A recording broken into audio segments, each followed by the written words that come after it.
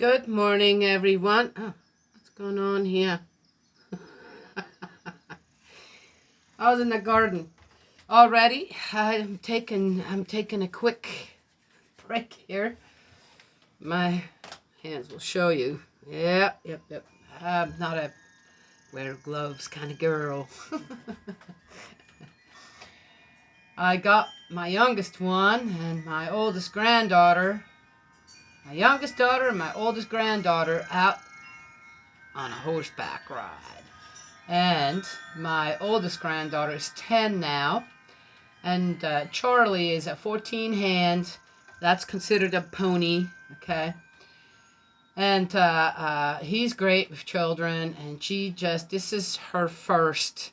This is like her virgin ride without someone leading her, or where she's in an environment where she can do it on her own, but more controlled. They're out. She is out. That's it, with my youngest daughter for the first time on a trail ride. Very exciting. So, I'm taking the time to make the video. It's amazing. The weather is getting warmer. Still expecting some cold times, but the weather is getting warmer. I am planting like crazy out there, getting ready to plant my Chinese beans today. Need some more dirt. Oh, wind's picking up. And it's amazing on how the people are coming and going. I mean, it's coming and going. It doesn't matter what day of the week it is. Pandemic's kind of over. So our gate's open. It's okay. And it's right back to what it was like about 3 years ago. It's a beautiful place. People love to come here and just relax, tank up on that energy again, and do fun things. Yeah.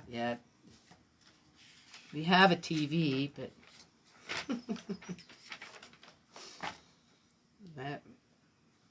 don't need it.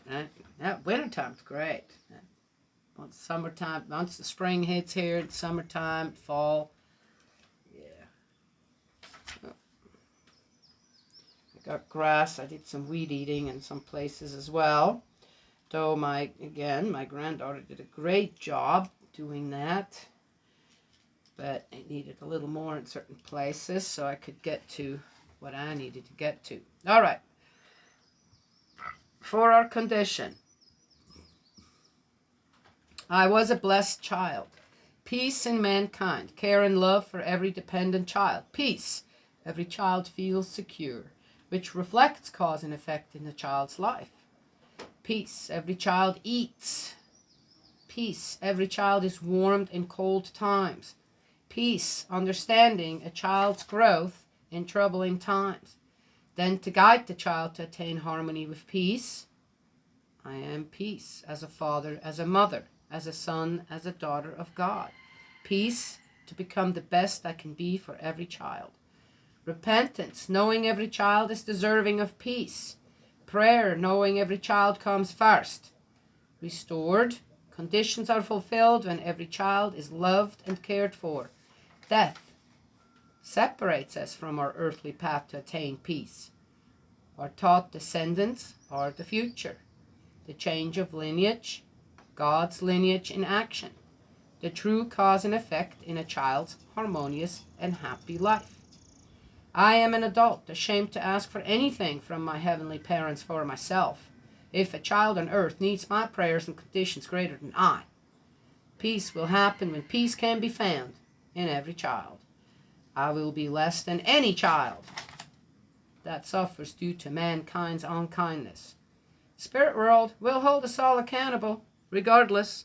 Remember that.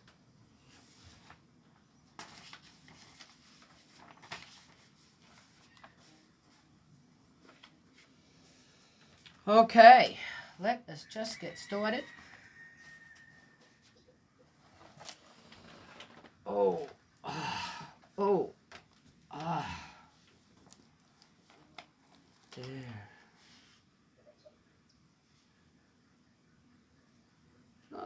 much today.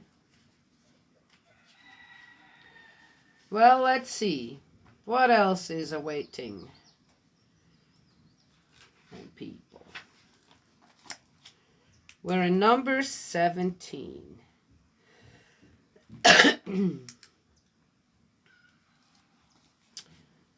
The censers. Yahweh then spoke to Moses and said, "Tell Eleazar, son of Aaron, the priest, to pick the censers out of the smoldering remains and scatter the fire from them away from here.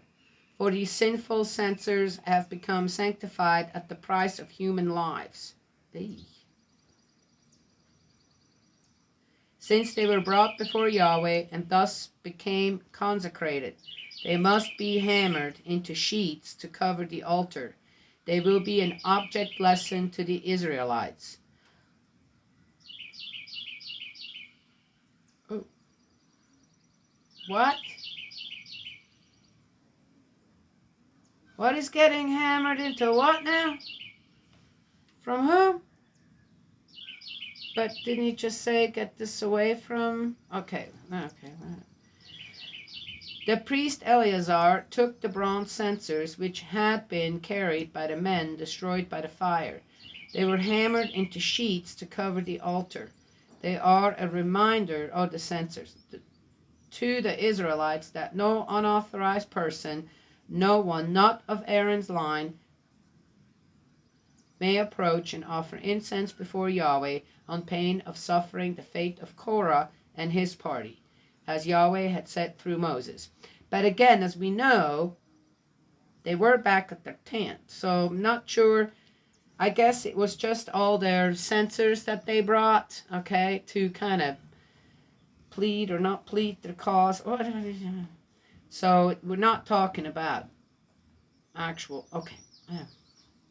As I say, it's a bit confusing, but it makes sense, more sense to others. Aaron intercedes. On the following day, the whole community of Israelites were muttering against. Didn't do a darn thing. Good. Didn't matter. Look. On the following day, the whole community of Israelites were muttering against Moses and Aaron and saying, "You are responsible for killing Yahweh's people." Oh, what now? Now, as the community was banding together against Moses and Aaron, they turned towards the tent of meeting, and there was the cloud covering it, and the glory of Yahweh appeared. Moses and Aaron then went to the front of the tent of meeting. Yahweh spoke to Moses and said, "Get away from this community. I am going to destroy them here and now." They threw themselves on their faces. Moses then said to Aaron, "Take a censer, put fire in it from the altar, place incense on it, and hurry to the community to perform the rite of expiation for them, for retribution has come from Yahweh. Plague has broken out." Aaron took it, as Moses said, and ran into the middle of the community. But plague had already broken out among the people. He put in the incense and performed the rite of expiation for the people. Then he stood between the living and the dead, and the plague stopped. There were 14,700 victims of the plague, apart from those who died because of Korah. Aaron then went back to Moses at the entrance to the tent of meeting. The plague had been halted.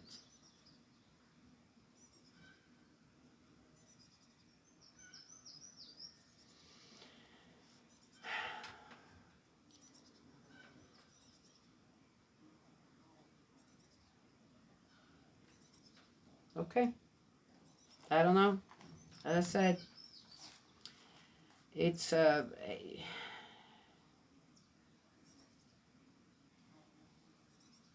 I would rather say that regardless, was the plague, a plague could be anything. Did the people get into a fight and just started killing each other, and that's where all the damage came from? And Aaron went and kind of, okay, guys, tried to stop it. I don't know. Is it an actual plague that just broke out because God wanted it so?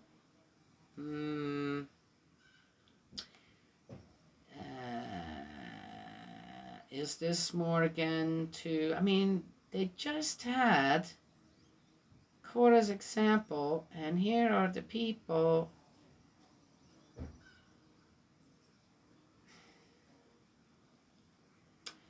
I don't know. That again, there doesn't seem to be any connection between the chapters in a way. Well, anyway, let's just keep reading. We can't understand everything that happened at that time. Aaron's branch. Yahweh spoke to Moses and said, "Tell the Israelites to give you a branch for each of their families, one for each leader of each family, 12 branches. Write the name of each on his branch, and on the branch of Levi write Aaron's name, since the head of the Levite families must have a branch too. You will then put them inside the tent of meeting in front of the testimony, where I make myself known to you. The man whose branch sprouts will be the one I have chosen. This is how I shall put an end to the mutterings of the Israelites about you." So it's about leadership. The whole thing is about leadership and, okay, well, all right. So now we know that. So anything that went just before that, now envision, okay, what goes on in our times right now when people are unhappy with leadership? How does that work? And I have no doubt that at that time it was not a whole lot different. I doubt very much that God went and just started putting out a plague to kill people. See ya, be careful, God bless you and protect you out there. So, having read now this first part of the branch, the branches, this, that, and then, okay, I'm going to make a decision on who to choose, on how this will be done. Okay, now that makes more sense. It kind of puts the rest of it a little bit more into perspective. Oh, wait a minute. I read part of 16 again. Let's leave it at that. Must have been part of to remind us on, okay. But here they are. Moses spoke to the Israelites, and all their leaders gave him one branch each, 12 branches in all for their families. Aaron's branch was among them. Moses placed them before Yahweh in the tent of the testimony. On the following day, Moses went to the tent of the testimony, and there, already sprouting, was Aaron's branch, representing the house of Levi. Buds had formed, flowers had bloomed, and almonds had already ripened. Yeah, right. Okay. Could be. I don't know. Moses then brought out all the branches from before Yahweh to all the Israelites. They examined them, and each one took back his own branch. Yahweh then said to Moses, "Put Aaron's branch back in front of the testimony, where it will have its ritual place as a warning to the rebellious. Thus you will rid me of their muttering for good, without their incurring death." Without their incurring death. Moses did as Yahweh had ordered. That is what he did. Oh, no. That was part of that. That was a part of that. Okay. That upper part. Oh. Well, there you go. I think we all know that a branch will not, if they're all the same, will not sprout. But, yeah, okay, all right. It is what it is. They had to do something there. Ach, dear me. It definitely is much better to work with willing people to keep remembering all the good things and how to, rather than be around people who just continuously, not even going there. Expiation, a function of the priesthood. The Israelites then said to Moses, "We are lost. We are dead men. We are all dead men. Anyone who approaches Yahweh's dwelling with an offering will die. Are we to be doomed to the last man?"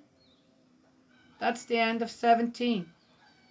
Are we all to be doomed to the last man? Well,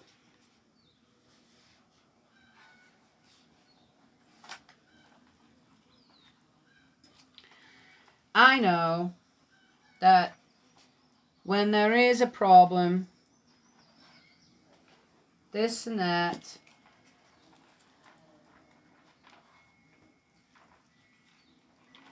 I keep misplacing this. My poem. Wait, how many would you get? Oh, there you are. Let's just put you right where you belong.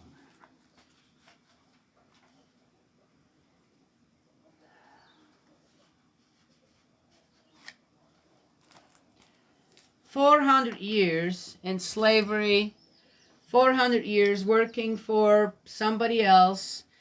You're beholden to them, this and that." I'm sure plenty of the Israelites that came out of Egypt experienced some pretty awful things.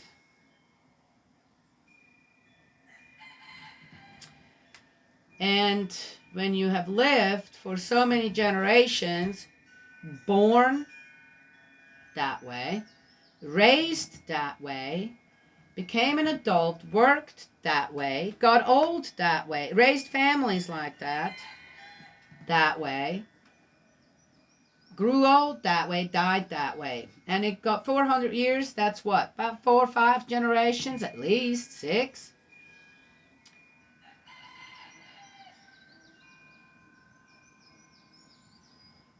I've no doubt that the Israelites were struggling deeply with we're free, yet we have this strict regiment going on now, right? Yes? And in some ways that Moses and Aaron had to teach the people was scary. Was, that's what they say. How are we better off now than when... Now they're becoming afraid of God.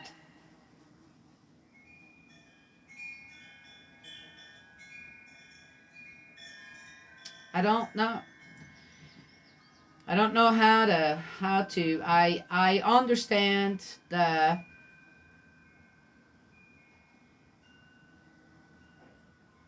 how does one start something so brand new, right? In what, a couple of years, 3 years?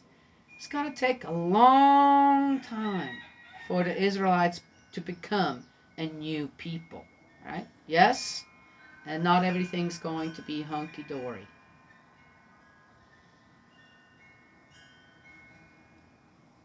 That's kind of what I read out of all of that as well.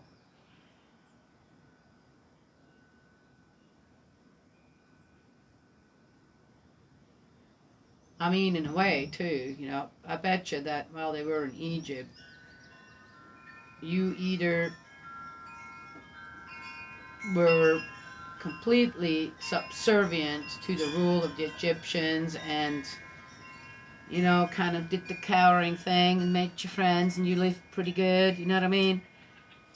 I doubt that very little rebelling was going on. Now suddenly they feel, hey, we can rebel here, and they do.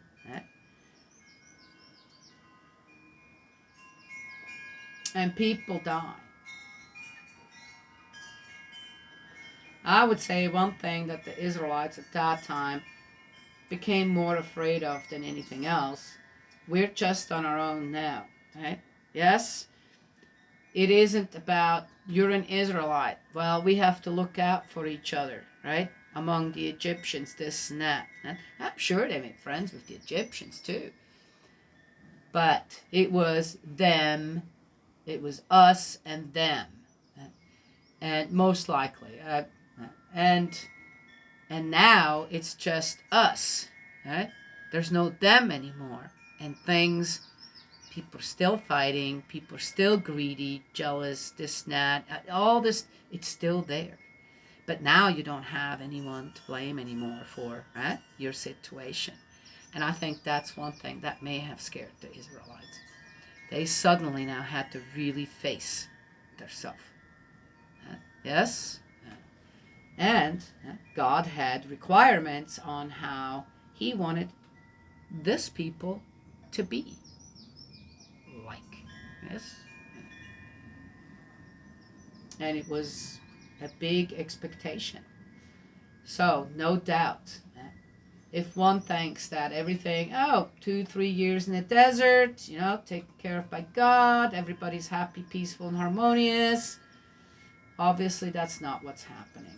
And most likely, so many hundreds of years among the Egyptians and the way that the Israelites had to live left its mark. Yes? Yeah. Well, we'll see what else happens.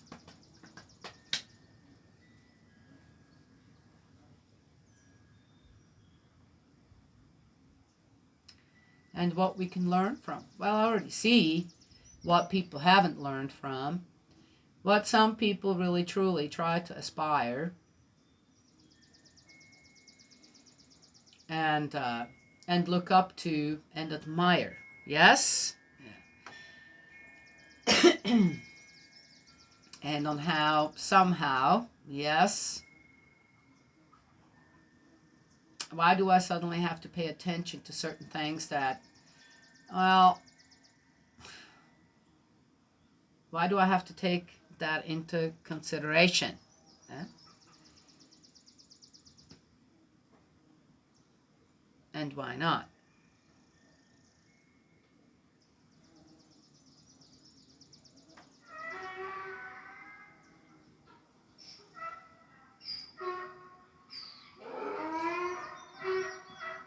I think it is a betrayal in itself, in a way, when one is being told that you have to look at the outside of a person rather than the inside, get to know the inside of the person, their heart to mind, and take their contributions and their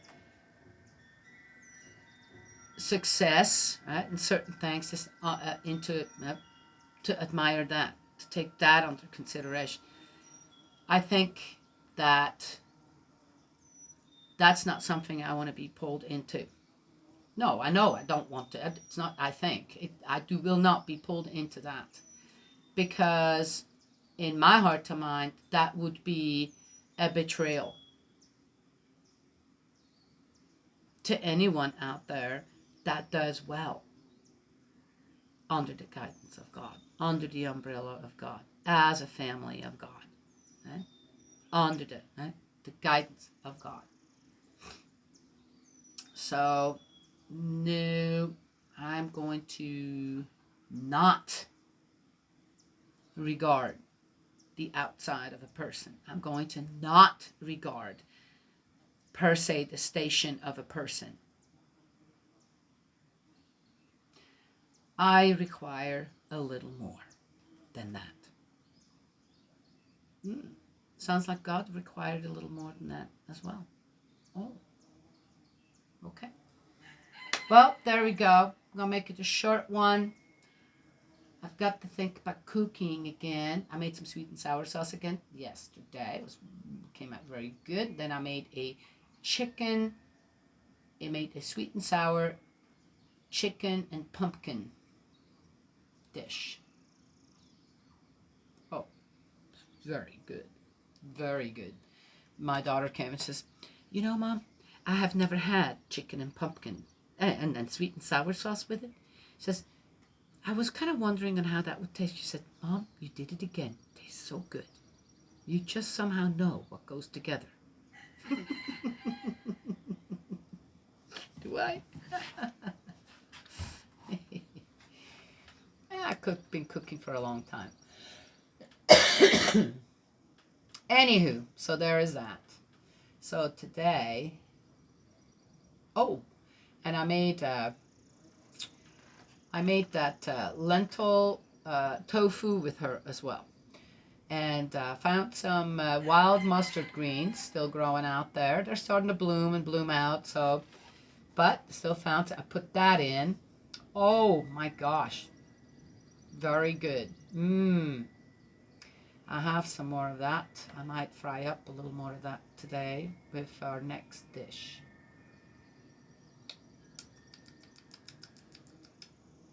And then we have more company coming.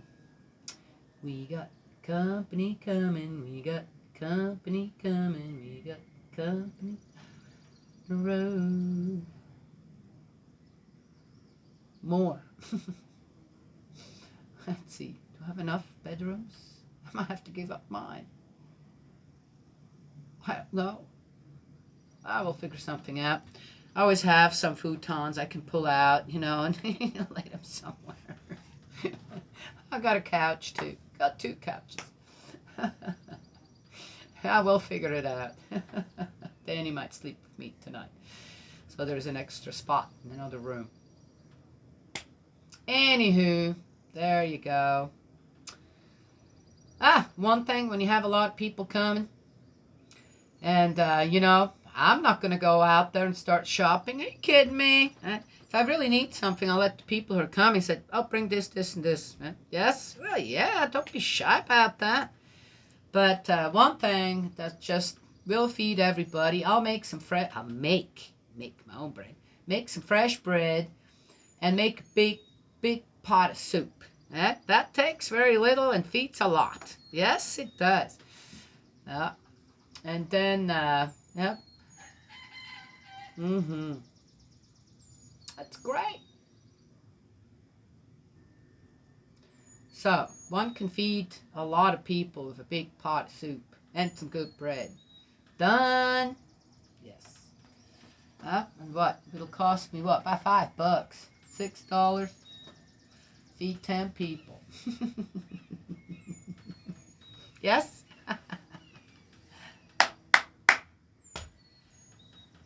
It can help them, people. God will provide. He always does. Always does. Always does. Just gotta trust him. All right. Talked enough? Dragged it out. Let's see. 27 minutes. Almost 30 minutes. Yes. Good. I just heard they must have gone all around. I just heard them up here, those 2 girls. Going up, most likely above the spring, which is a good sign. That means that there weren't any trees down from that big old windstorm that we had. Good thing. The road is cleared. I would say they went up to the graveyard, and most likely will be coming another 30 minutes or so.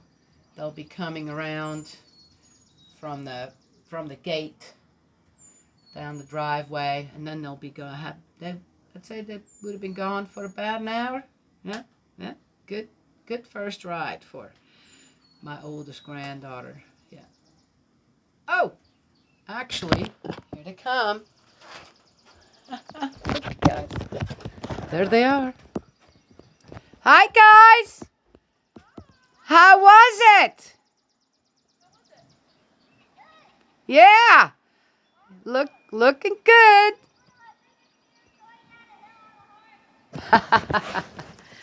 Well, there you are, you guys. God love blessings always, and I will talk to y'all. May He protect you, and I will talk to y'all another time. Well, there you go. Look at you guys. You got to be a part of the virgin ride of my oldest granddaughter on her horse. She came back. She's looking happy and comfy. And confident. Yes. Alrighty. Bye-bye. I will talk to y'all another time.